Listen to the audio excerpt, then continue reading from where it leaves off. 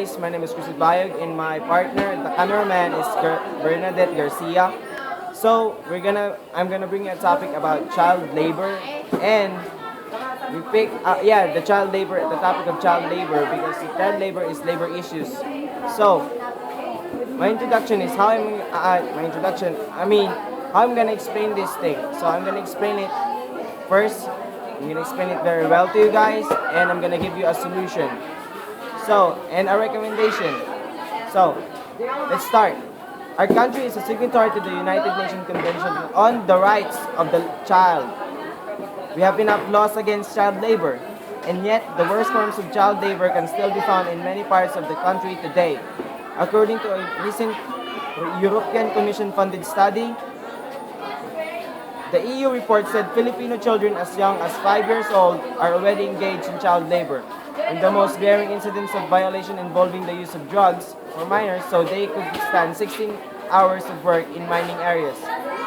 The report said the incidence of the child labor in mining communities is 14.2%, of which 93.75% are boys and 66.25% are girls.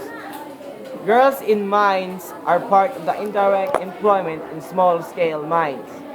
This is quite alarming because mining is already marked as one of the deadliest forms of employment. The occurrence of accidents in small-scale mines is 6 to 7 times higher than in large-scale mines, according to the International Labor Organization. So they said, the small mines are very risky to work than the bigger mines. So aside from mining, there's also an alarming incidence of child labor in sugarcane plantations. Extreme cases of worsening working conditions of child labor in sugarcane plantations show how children are brought to plantations that are from their hometown trucks, who pick them up and bring them to camps that are located in nearby provinces to stay and work there from 2 weeks to 1 month.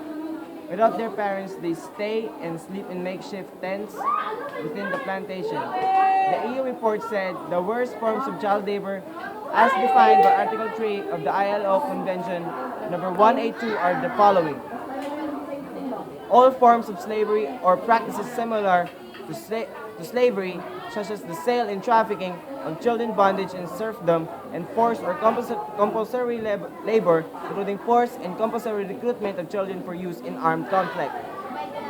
The use of procurement or offering of children for prostitution for the production of pornography or pornographic performances. The use of procurement or offering of a child for illicit activities, in particular for drug trafficking, trade, or production.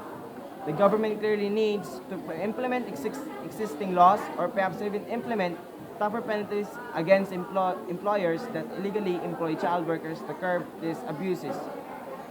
The root of child labor, as we all know, is poverty and the lack of decent work for parents of the child workers.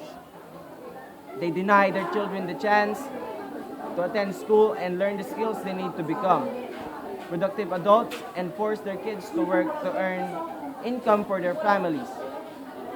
We need to create more employment opportunities for Filipino workers so children are not forced to drop out of school to earn income or work in hazardous conditions. So, my recommendation is that the parents should need to find a job so so their son or daughter will not work in child labor, especially they're gonna work in mines. They're gonna work in a different ways. That's very hard. That they're not going to school, they're just going to work. So for the solution of this thing, that's what I said. Their parents should need to work for the future of their son or daughter. So my name is Khryss Bayog, and that's my critical analysis about child labor. Peace out.